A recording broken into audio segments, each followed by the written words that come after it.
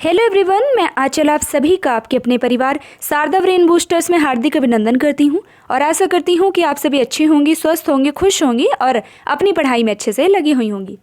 देखो, बिल्कुल 4 से 5 दिन ही बचे हैं आपके पास, ठीक है। बिल्कुल डिमोटिवेट होने की कोई ज़रूरत नहीं है। आपने काफ़ी टाइम से, कितनी अच्छी तैयारी आपकी है ना।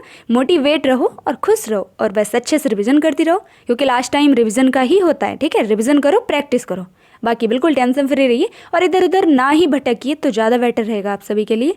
बिल्कुल अपने जितने भी नोट्स हैं उन्हीं को रिवाइज करिए बार बार, ठीक है। तो चलिए करते हैं स्टार्ट। और देखो, आज हमारी मिक्स मैराथन क्लास रहने वाली है, यानी कि जिन क्वेश्चंस की एग्जाम में आने की पूर्ण संभावनाएं हैं, ठीक है। देखो, पहले ही बता दूं, ये सभी के सभी जितने भी क्वेश्चंस आज के मेरी खुद की मेहनत के बनाए हुए हैं, यानी कि जो थियोरटिकल पार्ट है, यानी कि जो हमारे नोट्स है, ठीक है, उन सभी में से क्वेश्चंस मेरे खुद के बनाए हुए हैं, ना कि किसी बुक के कॉपी पेस्ट। ओके, तो बिल्कुल बहुत ही ज़्यादा अच्छे क्वेश्चंस रहने वाले हैं और मेरी पूरी कोशिश रहेगी कि मिनिमम से मिनिमम टाइम में मैक्सिमम क्वेश्चंस हम सोल्व कर सकें। और बाकी देखो, बीच में जो बताने लायक होगा वो मैं बताती चलूँगी, ठीक है। तो करते हैं स्टार्ट और इसको आप टेस्ट के तौर पर भी लीजिएगा और रिविज़न क्लास, ठीक है, रिविज़न के तौर पर भी लीजिएगा। ओके, चलिए तो करते हैं स्टार्ट। हमारा क्वेश्चंस नंबर फर्स्ट,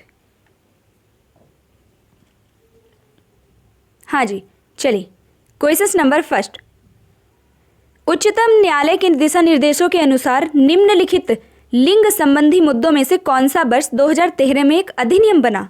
तो देखो, आप सभी को पता ही है, दहेज मृत्यु थोड़ी ना, ये तो 1961 का है, ठीक है। ऑनर किलिंग भी नहीं है और कार्यस्थल पर यौन उत्पीड़न, देखो आप सभी को पता ही है, जो 2013 का एक्ट कौन सा। देखो, जितने भी अधिनियम वगैरह है ना, 3-3 4-4 बार में, बाकी देखो क्वेश्चन आंसर के थ्रू तो मैं काफ़ी बार करा दिए, बाकी एक क्लास मैंने कर ली है, कल परसों है ना, परसों ली है वो जो अधिनियम की जो रिवीजन क्लास थी वो देख लेना एक बार, ठीक है।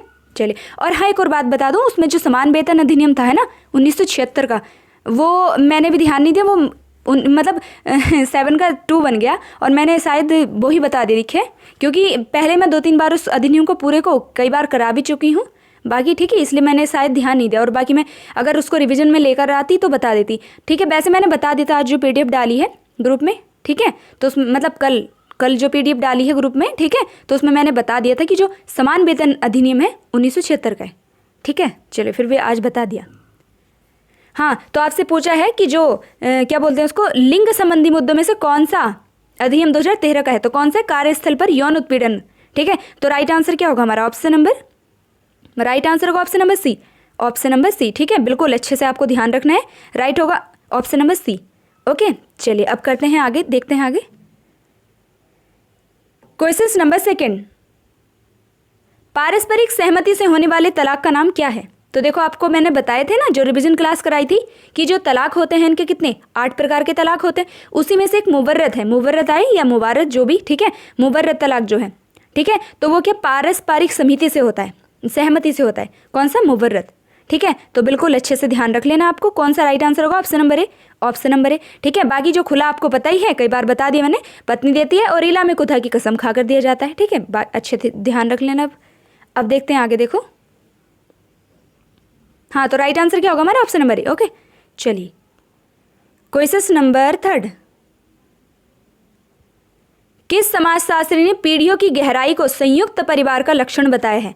तो बिल्कुल काफी बार आपकी निगाहों के सामने से क्वेश्चन हो चुका है, तो किन्होंने बताया है, जो KM कपाड़िया है, KM कपाड़िया है ना, पीढ़ियों की गहराई को संयुक्त परिवार का लक्षण बताया KM कपाड़िया साहब ने।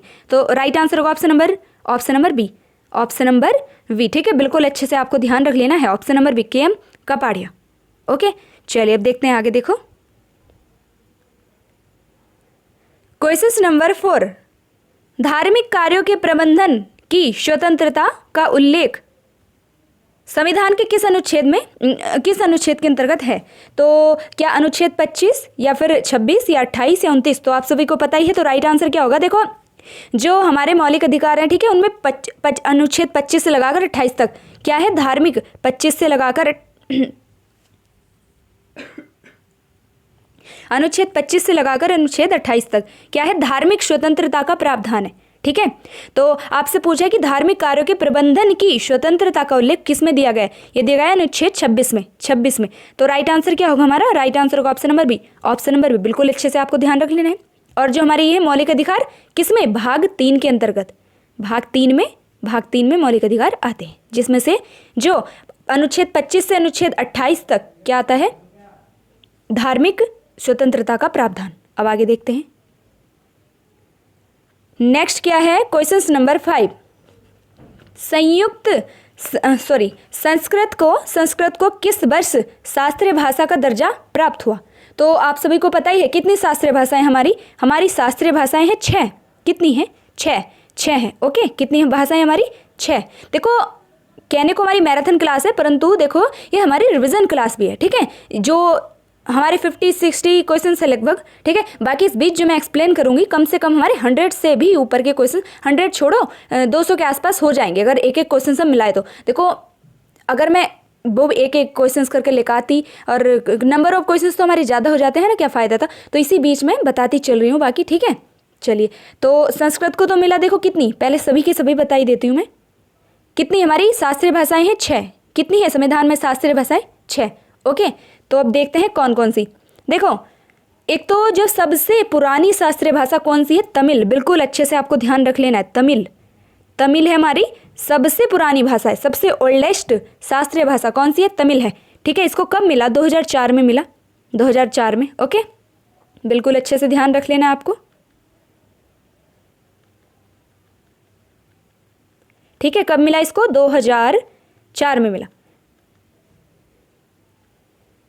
2004 में, बिल्कुल अच्छे से ध्यान रखें। उसके बाद आती है अपनी संस्कृत, ठीक है, संस्कृत आती है। उसके बाद क्या आती है, संस्कृत। तो संस्कृत को मिला, देखो इसको मिला 2005 में, 2005 में संस्कृत को मिला 2005 में। उसके बाद आती है क्या, उसके बाद आती है तेलुगु,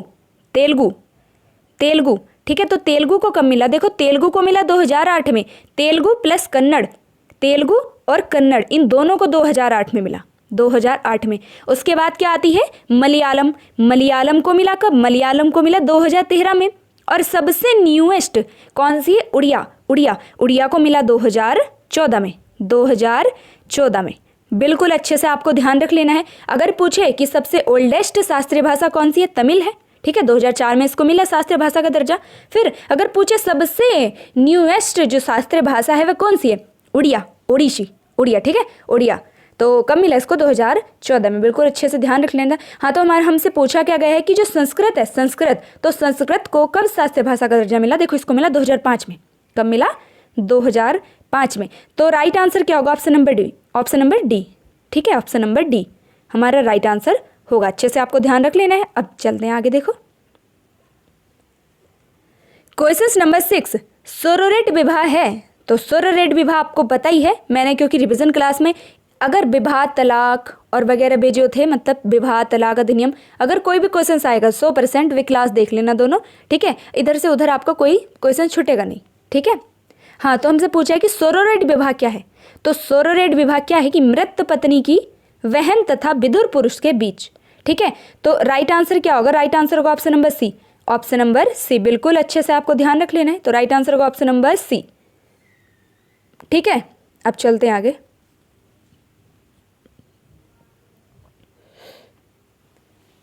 क्वेश्चन नंबर 7। एक शिशु सहारा लेकर बैठना आरंभ कर देता है तो किस आयु में।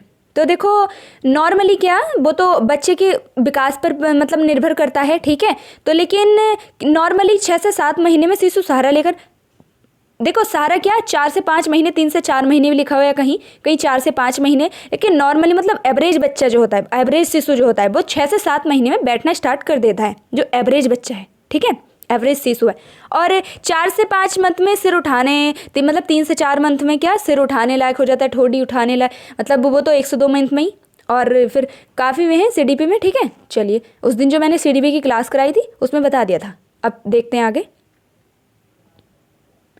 हाँ, तो इसका राइट आंसर क्या था, ऑप्शन नंबर सी, ठीक है। Question number 8। निम्न में से कौन असुमेलित है। तो आपको बताना है असुमेलित कौन सा है, ठीक है। तो देखो क्या, जो आपका लोकपाल अधिनियम है क्या 2013 का है, या फिर भ्रष्टाचार निवारण अधिनियम 1988 का है, या भगोड़ा अधिनियम 2015 का है, या फिर अनैतिक व्यापार अधिनियम 1956 का है। तो देखो जो लोकपाल अधिनियम है, ठीक है, तो लोकपाल अधिनियम 2013 का बिल्कुल राइट है। जो भ्रष्टाचार निवारण अधिनियम है वह 1988 का है। देखो जो लोकपाल अधिनियम है ना तो 2013 का है, परंतु लागू कब हुआ था? 16 जनवरी 2014 को लागू हुआ था जो लोकपाल अधिनियम था अपना, ठीक है, बिल्कुल अच्छे से ध्यान रख लेना है। हाँ, तो जो भ्रष्टाचार 1988 का है, लोकपाल अधिनियम 2013 का है। जो भगोड़ा अधिनियम है ये 2015 का नहीं, यह है कब का? 2018 का, ठीक है। और जो अनैतिक व्यापार अधिनियम है 1956 का ये। तो राइट आंसर क्या होगा? Option number C. हमसे क्या पूछा है कि आपको बताना है कि कौन सा अधिनियम मतलब कौन सा असुमेलित है, तो यही है हमारा ऑप्शन नंबर सी। तो राइट आंसर क्या होगा? ऑप्शन नंबर सी, ठीक है। चलिए अब देखते हैं आगे। जो भगोड़ा अधिनियम है कब का है? 2018 का, ठीक है। अब आगे देखते हैं क्वेश्चन नंबर 9। हिंदुओं में विवाह के कितने परस्परात्मक स्वरूप माने गए हैं? तो बिल्कुल बताने की जरूरत नहीं है, आपको पता ही है, 8 हैं, ठीक है। 8 हैं, कितने हैं? 8 हैं, जिसमें से 4 उच्च कोटि के हैं और 4 हैं निम्न कोटि के। बिल्कुल बता ही देता उस दिन, ठीक है। और क्या देखो संस्कार कितने हैं हिंदू में? संस्कार है 16, है ना, 16 हैं। चलिए, और विवाह कितने? 15 पे आता है, अंत्येष्टि से पहले वाला, बिल्कुल। और जो 8 है कौन? जो मतलब उच्च कोटि के हैं, जो निम्न कोटि के हैं, बता दो फिर भी एक बार। ब्रह्म विवाह, आर्ष विवाह, गंधर्व और क्या बोलते हैं, ब्रह्म विवाह, देव विवाह, आर्ष विवाह, ठीक है, और प्रजापत्य विवाह, ये तो है उच्च कोटि के। और निम्न कोटि के कौन से? एक तो गंधर्व विवाह गया अपना, है ना, राक्षस विवाह, असुर विवाह, पिशाच विवाह, ये है निम्न कोटि के। बिल्कुल अच्छे से ध्यान रख लेना आपको, और क्या, बस, ठीक है। अब आगे देखते हैं। नवजात शिशु का प्रथम आहार है, तो बिल्कुल बताने की जरूरत नहीं है, आपको पता ही है कौन सा? माँ का दूध, ठीक है, माँ का दूध। माँ के दूध से क्या होता है? मतलब सुपाच्य होता है, पतला होता है, जो बच्चा आसानी से पचा सकता है, ठीक है, क्योंकि उसके इतना ऑर्गन मजबूत नहीं होते। और देखो 6 माह तक तो क्या, 6 माह तक जो शिशु होता है अपना, बिल्कुल माँ का ही मतलब जो माँ का दूध होता है ना, तो वही पिलाना चाहिए। 6 माह के बाद पूरक पोषण आहार करना चाहिए स्टार्ट। वो उसमें भी पहले मतलब तरल, फिर थोड़ा मध्यम मतलब ठोस, मतलब बीच का, और फिर उसके बाद बिल्कुल ठोस आहार स्टार्ट करना है, एकदम से स्टार्ट नहीं करना चाहिए, ठीक है। चलिए अब आगे देखते हैं। देखो क्वेश्चन नंबर 11। निद्रालुता रोग जिसको स्लीपिंग सिकनेस भी बोलते हैं, ठीक है, निम्न में से किसके कारण होता है? तो बिल्कुल पता ही है कौन सी मक्खी है,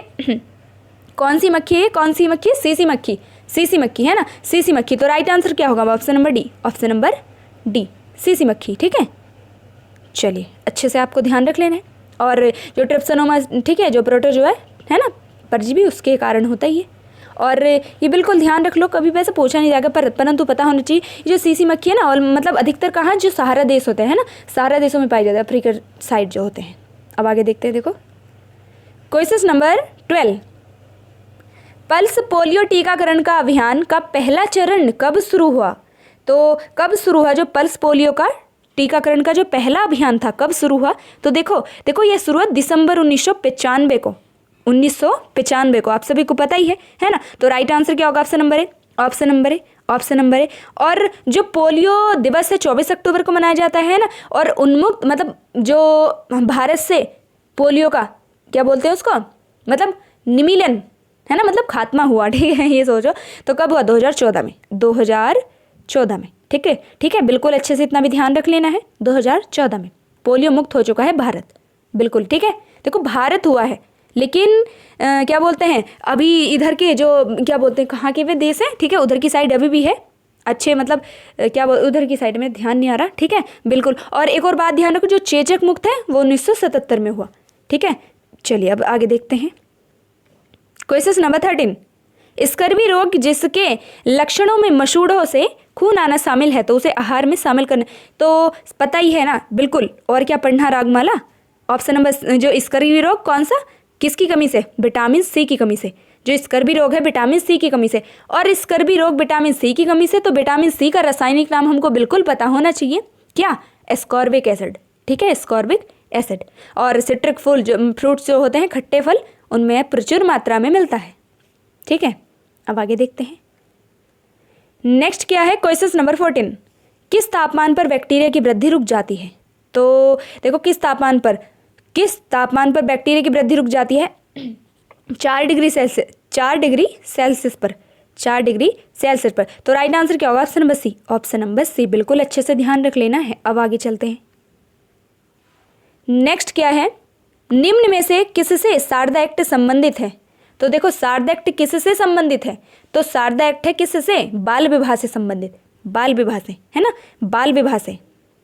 अब बाल विवाह की बात आई है तो अब हमें पता होना चाहिए इसमें 3 बार संशोधन हुए, 3 बार संशोधन हुए, है ना। कब कब हुए? और जो बाल विवाह प्रतिषेध अधिनियम वह कब आया? 2006 में लागू हुआ, 2007 में, है ना। कब? और जो बाल विवाह अधिनियम था, ठीक है, शारदा एक्ट के नाम से जिसको जानते थे, तो कब का है? 1929 का है। इसके फाउंडर कौन है? हरविलास शारदा, 1929 का है ना। फाउंडर कौन है इसके? हरविलास शारदा। और जो 1930 में लागू किया गया, फिर इसमें 1949 में, और पहले हाँ जो 1929 में जो एज थी, गर्ल के लिए एज थी 14 वर्ष, ठीक है, और बॉय के लिए एज थी कितनी? 18 वर्ष, 18 वर्ष थी, 15 वर्ष थी, 18 वर्ष, हाँ 18 वर्ष। उसके बाद क्या हुआ? 1949 में इसमें फिर से संशोधन किया गया, लड़कियों की 15 वर्ष कर दी गई और लड़कों की कर दी गई 18 वर्ष। फिर 1900 क्या बोलते हैं 76 में, फिर इसमें 78 अरे ये तो सारा ही कट गया। अच्छा चलो दोबारा से बता देती हूँ, कट गया ये। हाँ तो देखो जो शारदा एक्ट है, ठीक है, शारदा एक्ट है तो बताया ना मैंने किससे? बाल विवाह से संबंधित है, ठीक है। तो लड़कियों की जो 1929 का है, लड़कियों की एज कितनी थी? लड़की की थी 14 वर्ष, लड़के की थी 18 वर्ष, ठीक है। और फिर 1949 में इसमें फिर से संशोधन हुआ, फिर 15 वर्ष लड़की की कर दी गई, 18 वर्ष लड़के की कर दी गई। फिर से 1978 में संशोधन हुआ, ठीक है, तो लड़की की कर दी गई 18 वर्ष और लड़के की कर दी गई 21 वर्ष, बिल्कुल ध्यान रख लेना है। और जो हिंदू मैरिज एक्ट है 1955 का हिंदू मैरिज एक्ट है 1955 का, उसमें कितनी है? उसमें भी 18-21 है। परंतु क्या देखो 2020-21 में एक बार जो संशोधन हुआ है, परंतु अभी लागू नहीं हुआ है ना, तो हमारे लिए इतना इंपॉर्टेंट है नहीं, फिर भी पता होना चाहिए। लड़की की भी 21 वर्ष ही करने की बात है, ठीक है, बिल्कुल। और क्या देखो इसके बारे में और क्या ध्यान रख लेना है? बस इतना ही, ठीक है। चलिए अब देखते हैं आगे। हरविलास शारदा जो इसके फाउंडर हैं। और जो बाल विवाह प्रतिषेध अधिनियम, ये बता दिया मैंने, फिर भी बता देती हूँ। जो बाल विवाह प्रतिषेध अधिनियम है, ठीक है, 2006 का है और लागू हुआ 2007 में, बिल्कुल इतना भी ध्यान रख लेना है। अब आगे चलते हैं। क्वेश्चन नंबर 16, शिशुओं की नाड़ी गति प्रति मिनट होती है। तो शिशुओं में देखो कितनी होती है 120 से 140 भी लिखाएगा बिट्स पर मिनट, या फिर 120 से 150। तो राइट आंसर होगा ऑप्शन नंबर ए, ठीक है। राइट आंसर क्या होगा हमारा? ऑप्शन नंबर बिल्कुल अच्छे से आपको ध्यान रख लेना है। अब आगे देखते हैं। देखो जब बच्चा सोता है, शिशु सोता है, ठीक है, तो सोते समय 123.5 बिट्स पर मिनट होती है। और जब रोते हैं बच्चे तो है ना, तेज होने लगती है ना बिट्स, तो हार्ट बीट बढ़ जाती है। तो रोते समय कितनी? 218.5 बिट्स पर मिनट होती है। और जो वयस्क हैं, हम तुम्हें, ठीक है, तो हमारी बिट्स कितनी होती है? 72 बिट्स पर मिनट, ओके। चलिए अब आगे देखते हैं। देखो क्वेश्चन नंबर 17, मानव विकास होता है। तो मानव विकास होता है क्या क्रमिक होता है, या निरंतर होता है, या व्यक्तिगत होता है? देखो मानव विकास जो है ना क्रमिक भी होता है, निरंतर भी होता है, व्यक्तिगत भी। देखो जो मानव विकास है गर्भाधान से ही स्टार्ट हो जाता है, ठीक है, और जब तक मृत्यु नहीं होती, मृत्यु तक यह हमारा विकास होता ही रहता है। परंतु जो वृद्धि है वह बच्चे के जन्म लेने के बाद स्टार्ट होती है, ठीक है, इतना अच्छे से ध्यान रख लेना है आपको। तो राइट आंसर क्या होगा? ऑप्शन नंबर डी, ठीक है। अब आगे देखते हैं। क्वेश्चन नंबर 18, निम्न भोज्य पदार्थों में से किसमें कोलेस्ट्रॉल है? तो हरी पत्तेदार सब्जियों में, या चावल में, या अंडे में, या मूंगफली में? तो देखो अंडे में, ठीक है, कोलेस्ट्रॉल की जो अधिकतम मात्रा है अंडे में, ठीक है। तो राइट आंसर का ऑप्शन नंबर सी, बिल्कुल अच्छे से ध्यान रख लेना है। चलिए अब आगे देखते हैं। देखो क्या होता है कोलेस्ट्रॉल से अधिकतम, अगर बॉडी में अधिकतम मात्रा बढ़ जाती है कोलेस्ट्रॉल की, तो हार्ट ब्लॉकेज का खतरा बढ़ जाता है, दिल का दौरा, है ना, और हृदय जो संबंधी रोग होते हैं, अन्य बीमारियां उत्पन्न हो जाती हैं। अब आगे देखते हैं। देखो क्वेश्चन नंबर 19, विश्व स्वास्थ्य संगठन का मुख्यालय कहाँ पर है? तो WHO का मुख्यालय है जिनेवा में, है ना। तो इसकी स्थापना कब हुई? 7 अप्रैल 1948 को, 7 अप्रैल 1948 को, है ना। बिल्कुल ध्यान रख लेना है। और क्या, और की जो इसकी स्थापना 7 अप्रैल, और हाँ जो WHO का हेडक्वार्टर है वो जेनेवा में, बिल्कुल टेड्रोस इसके वे हैं। अब आगे देखते हैं, मानव विकास सूचकांक कौन जारी करता है, जो रिपोर्ट है HDI इंडेक्स कौन करता है, UNDP, ठीक है। तो UNDP करता है, तो इसकी हमें पता भी होना चाहिए स्थापना कब हुई। तो UNDP की स्थापना हुई, जो संयुक्त राष्ट्र विकास कार्यक्रम जो संघ है, ठीक है, इसकी स्थापना कब हुई, कब, 25 नवंबर 1965 को, 25 नवंबर 1965 को। बिल्कुल अच्छे से मैंने जो स्वास्थ्य एजेंसी की क्लास है बिल्कुल अच्छे से कराई है, ठीक है। और एक और बात ध्यान रखो, जो HDI इंडेक्स है ना, HDI इंडेक्स है, तो पहली बार कब जारी किया गया था, पहली बार जारी किया गया था 1990 में, बिल्कुल ध्यान रख लो ये भी। अब आगे चलते हैं, देखो टाइम काफ़ी हो जाएगा, क्वेश्चन से काफ़ी, तो हम चलते हैं जल्दी जल्दी। नेक्स्ट है क्या, एक ऐसा आहार जिसमें भोजन के सभी आवश्यक घटक सही अनुपात में शामिल होते हैं, तो उसे क्या कहा जाता है, तो उसको बोला जाता है संतुलित आहार, संतुलित आहार, है ना। तो बिल्कुल पता होगा आपको क्या बोला जाता है इसको, संतुलित आहार। तो राइट आंसर होगा option number B, option number B. अब आगे देखते हैं, नेक्स्ट है कास्ट क्लास एंड ऑक्यूपेशन पुस्तक के लेखक कौन है, तो कौन है, GS धुर्ये, कौन है, GS धुर्ये साहब, ठीक है, GS धुर्ये समाजशास्त्री। तो राइट आंसर होगा option number C, option number C. अब आगे देखते हैं, वह विटामिन जो लोहे के अवशोषण में सहायता करता है, तो कौन सा विटामिन है, वह विटामिन है विटामिन सी, विटामिन सी, ठीक है। तो राइट आंसर होगा option number B, option number B, vitamin C लोहे के अवशोषण में सहायता करता है, ठीक है। और बाकी इसका पता ही है आपको, जो क्या बोलते हैं इसका रासायनिक नाम, जो केमिकल नेम क्या है, एस्कॉर्बिक एसिड है। अब विटामिन B12, देखो विटामिन B12 की बात आई तो इससे क्या होता है, परनीसियस एनीमिया, ठीक है। और इसका रासायनिक नाम क्या है, साइनोकोबालामिन। और जो विटामिन B6 है, जो विटामिन B6 है, ठीक है, तो विटामिन B6 का क्या है, जो केमिकल नेम है पायरिडॉक्सिन, ठीक है। ई का पता ही है, कैल्सीफेरॉल, क्या बोलते हैं, टोकोफेरॉल, है ना। तो अब आगे देखते हैं,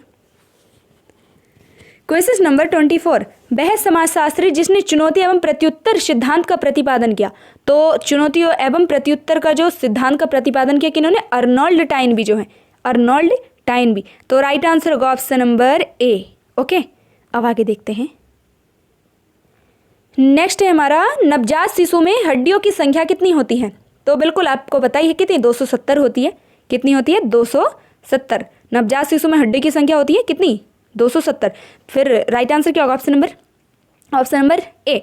देखो क्या होता है, 13 से 14 वर्ष की उम्र में पहुंचते पहुंचते कितनी, 250 रह जाती है, 250, ठीक है। और जब परिपक्वता की आयु हो जाती है वयस्क, तो कितनी बच जाती है, 206। बिल्कुल इतना भी आप अच्छे से ध्यान रखो, ओके। अब आगे देखते हैं, देखो नेक्स्ट क्वेश्चन क्या है हमारा, अल्पसंख्यक वर्गों के हितों के संरक्षण के लिए संस्कृति एवं शिक्षा संबंधी अधिकार संविधान के किस अनुच्छेद में है, तो देखो यह किस में है, अनुच्छेद 29 में, अनुच्छेद 29 में। बिल्कुल अच्छे से आपको ध्यान रख लेना है ना। तो राइट आंसर क्या होगा हमारा राइट आंसर होगा option number B, option number B. अब आगे देखते हैं, देखो अनुच्छेद 29 में यह कि कोई भी जो अल्पसंख्यक वर्ग है ना, तो अपनी भाषा, लिपि, संस्कृति के मतलब सुरक्षित रख सकता है, और केवल जाति धर्म के आधार पर मतलब क्या बोलते हैं उसके साथ भेदभाव नहीं किया जा सकता, मतलब सरकारी नौकरी और शैक्षणिक संस्थान वगैरह में प्रवेश करने से रोका नहीं जा सकता, है ना। यही सब इसमें आर्टिकल 29 में दिया गया है। अब आगे देखते हैं, पोषाहार स्तर जीवन को ऊंचा करने तथा लोक स्वास्थ्य का सुधार करने का राज्य का कर्तव्य है, तो राज्य के नीति निर्देशक सिद्धांत के किस अनुच्छेद में दिया गया है, तो यह दिया गया है किसमें, अनुच्छेद 47 में, अनुच्छेद 47 में, है ना। तो राइट आंसर क्या होगा हमारा राइट आंसर का option number C, option number C. बिल्कुल अच्छे से ध्यान रख लेना है।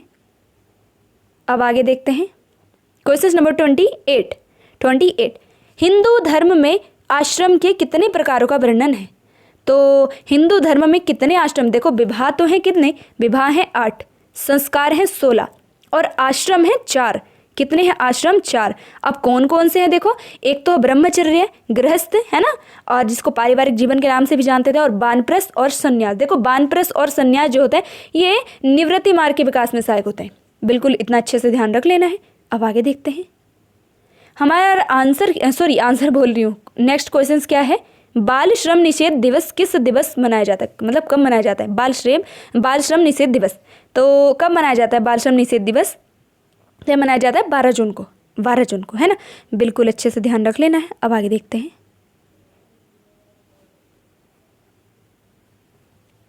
और ये भी ध्यान रख लो, जो बाल श्रम निषेध दिवस है ना, तो ये स्टार्ट कब हुआ? 2002 से, 2002 से स्टार्ट हुआ और मनाते कब है? 12 जून को, ठीक है। अब आगे देखते हैं। उद्देश्य यही कि मतलब उद्देश्य क्या है कि मतलब जो बच्चे हैं ना, बच्चों के अधिकारों की सुरक्षा की जरूरत, मतलब उनको उजागर करना और बाल श्रम में अलग अलग रूपों में बच्चों के मौलिक अधिकारों को उल्लंघन को मतलब रोकना और समाप्त करना, यही सब इसका उद्देश्य है। अब आगे देखते हैं।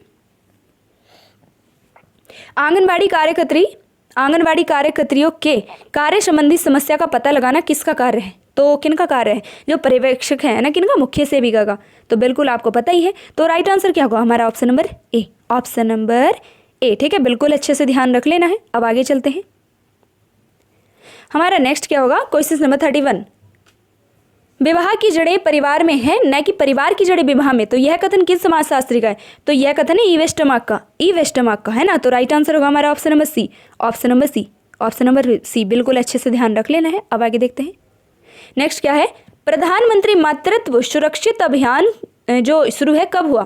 तो जो प्रधानमंत्री मातृत्व सुरक्षित अभियान है, तो यह कब स्टार्ट हुआ? तो क्या 2001 में या 2014 में या 2016 में, 2015 में? तो देखो ये स्टार्ट हुआ 2016 में,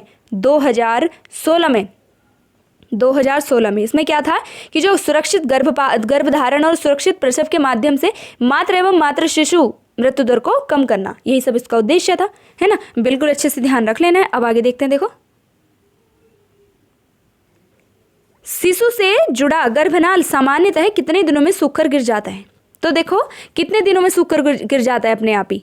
तो कितने, देखो नॉर्मली क्या 10 से 14 दिन में, मतलब खुद ही सूखकर गिर जाता है 10 से 14 दिन में।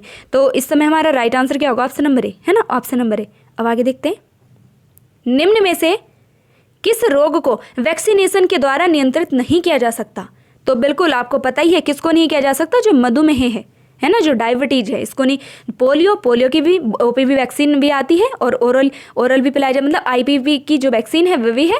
अब तो आईपीवी ही पिलाई जाती है, मतलब इंजेक्शन है, ठीक है। और जो ओपीवी देखो 2014 में उन्मूलन हो ही चुका है पोलियो का भारत से, बाकी है ना 1995 में इसका पहला कार्यक्रम स्टार्ट किया गया था, बता ही दिया मैंने शुरू में, ठीक है। और जो चेचक है इसका उन्मूलन 1977 में हो चुका है। और काली खांसी, जिसको पर्ट्यूसिस या फिर 100 दिन वाली खांसी, खाए खांसी जो होती है ना, इसके लिए कौन सी लगती है बूस्टर खुराक? कौन सी? DPT, डिप्थीरिया पर्ट्यूसिस टिटेनस, ठीक है। तो पर्ट्यूसिस मतलब काली खांसी। बिल्कुल अच्छे से इतना ध्यान रखो।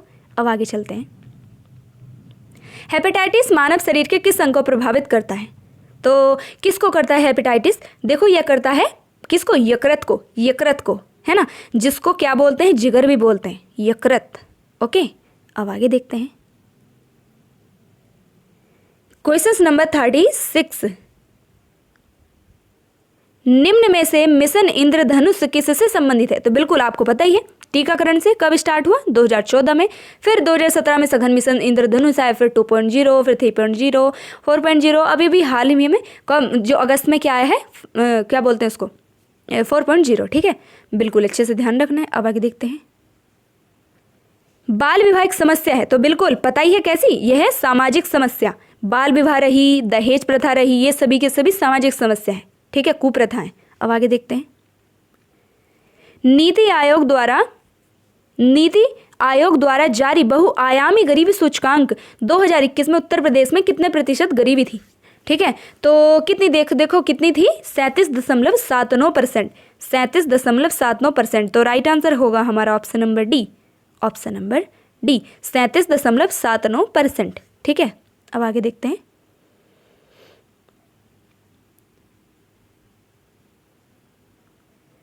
नेक्स्ट क्या है हमारा? Question number 39।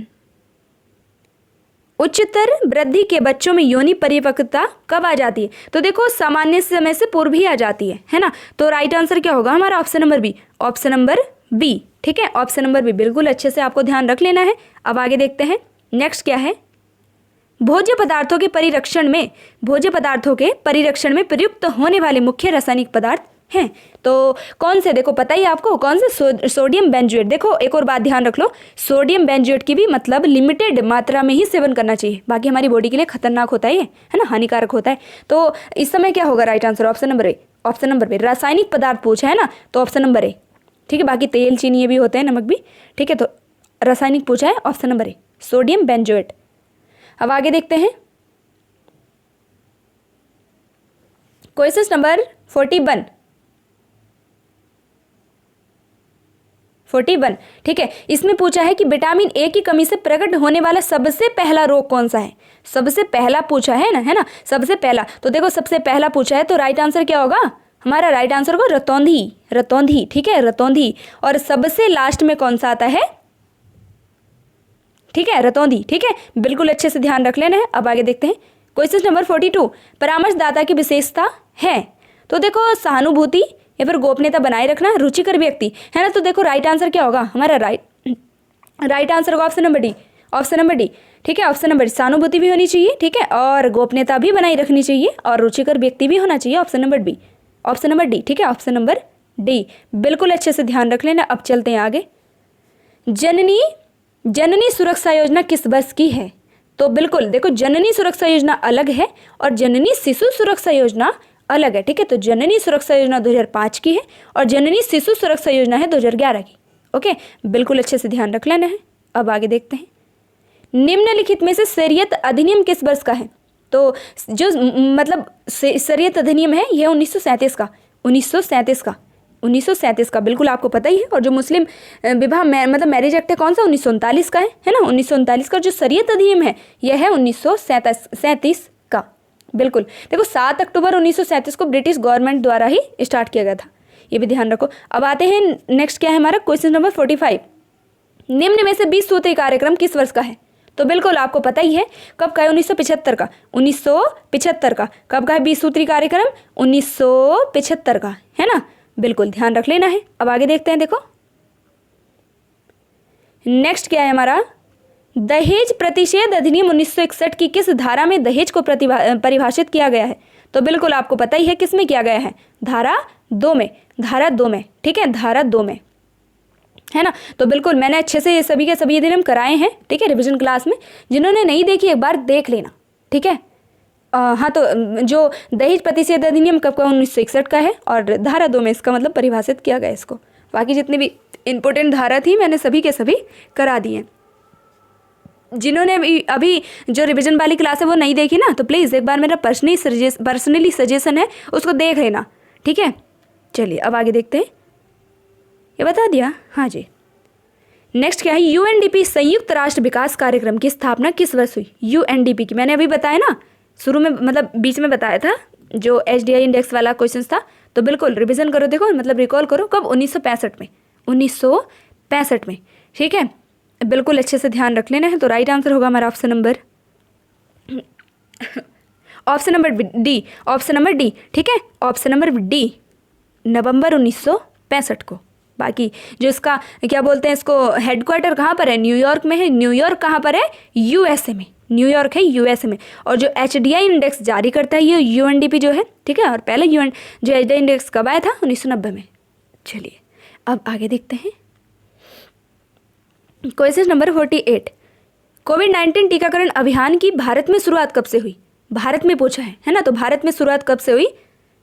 देखो भारत में शुरुआत हुई कब? जनवरी 2021 से, जनवरी 2021 से, 21 से, बिल्कुल अच्छे से ध्यान रख लेना है। तो राइट आंसर होगा हमारा option number B, option number B. Okay, अब आगे देखते हैं क्वेश्चन नंबर 49, बच्चों में भाषाई विकास के लिए आवश्यक प्रविधियां हैं। तो देखो अनुकरण एवं वार्तालाप करना बच्चों के साथ, है ना, प्रश्नोत्तर करना, कुछ उनसे पूछना, कुछ उनसे बोलना, हमसे पूछो, और खेल एवं कहानी सुनाना उनको। तो राइट आंसर क्या होगा? ऑप्शन नंबर डी होगा, option number D, option number D. Okay, बिल्कुल अच्छे से ध्यान रख लेना है। अब आगे चलते हैं, देखो निम्न में से कब जन्म के पश्चात लगभग शिशु का पहला दांत निकलता है ना। जन्म के पश्चात लगभग शिशु का पहला दांत निकलता है। देखो मोस्टली क्या होता है, मतलब एवरेज बच्चे के 6 से 9 माह में पहला दांत निकलना स्टार्ट हो जाता है और 2 वर्ष की आयु तक पूरे 20 दांत निकल जाते हैं, ठीक है, जिनको दूध के दांत बोला जाता है, ठीक है। तो 2 वर्ष की आयु तक पूरे के 20 दांत निकल जाते हैं। तो 6 से 9 माह के मतलब एज में जो एवरेज बच्चा है, एवरेज, तो 6 से 9 माह की एज में लगभग जो दांत है बच्चे का निकल जाता है ना। तो राइट आंसर होगा हमारा option number A, option number ए। बिल्कुल अच्छे से ध्यान रख लेना है। ओके, बिल्कुल ठीक है। तो चलिए यहीं तक थी आज की हमारी क्लास। हाँ, बस इतने ही थे। ठीक है, देखो मेरी पूरी कोशिश रही है कि मैं बता दूं जितने भी फैक्ट रहे हैं क्वेश्चन से रिलेटेड, और इसकी PDF आपको मिल जाएगी, उससे आप प्रैक्टिस कर लेना। और इसी प्रकार अब हमारी, ठीक है, जितने भी 4 से 5 दिन क्लास रहने वाली है, हम मिक्स क्वेश्चंस ही लेकर आएंगे। मतलब वे क्वेश्चंस जो अब तक जितना हमने पढ़ा है, ठीक है, अब तक जितना हमने पढ़ा है उन सभी के क्वेश्चंस, यानी कि मेरे मतलब इन क्वेश्चंस के हिसाब से, मतलब इन क्वेश्चंस के उससे क्या मतलब पूरा सिलेबस हम अच्छे से एक बार रिविजन कर लें। ठीक है, बाकी अगर मुझे क्वेश्चंस लेकर आने होते तो मैं 150-200 के नाम से, आप भी अच्छे से देखती हैं, हाँ चलो 500 क्वेश्चन की सीरीज चल रही है, भगो हाँ, है ना। तो हमारा उद्देश्य रहना चाहिए लास्ट टाइम पर रिविजन। ओके, क्या होना चाहिए? लास्ट टाइम पर रिविजन। देखो रिविजन ही काम आएगा आपका एग्जाम में। बाकी मेरी बात नोट कर रख लो। अगर 2 बच्चे हैं, 2 बच्चे हैं ना, एक तो 500 से 600 क्वेश्चंस का डेली छोड़ो, 2-2, 3-3 हज़ार की भी आप प्रैक्टिस करोगे। और बाकी दूसरी साइड क्या है? दूसरी साइड एक बच्चा है, मतलब बहन है, बच्चे हैं ना, लड़कियां हैं, ठीक है, वो रिवीजन कर रही है, तो रिवीजन वाली आगे निकलेगी। ठीक है, मेरी बात 100% आप अच्छे से अपने माइंड में बिठा लो। जितना रिवीजन कर सकती हो रिवीजन करो। ठीक है, चाहे वो क्वेश्चन आंसर के थ्रू, कैसे भी, किसी भी प्रकार से, ठीक है, रिवीजन करो बस। और बस मोटिवेट रहो, विश्वास रखो। ठीक है, सबसे बड़ी चीज़ क्या होती है? विश्वास। ओके, तो चलिए बस काफ़ी हुआ आज के लिए। ठीक है, तो मिलते हैं नेक्स्ट क्लास में, और अच्छे से खुश रहिए बस, और मेहनत करते रहिए। ठीक है, तो मिलते हैं नेक्स्ट क्लास में। जय श्री राधे, धन्यवाद। और कैसी लगी क्लास ये भी कमेंट बॉक्स में ज़रूर बताना है। ठीक है, तो ठीक है, चलिए मिलते हैं नेक्स्ट क्लास में। जय श्री राधे, धन्यवाद।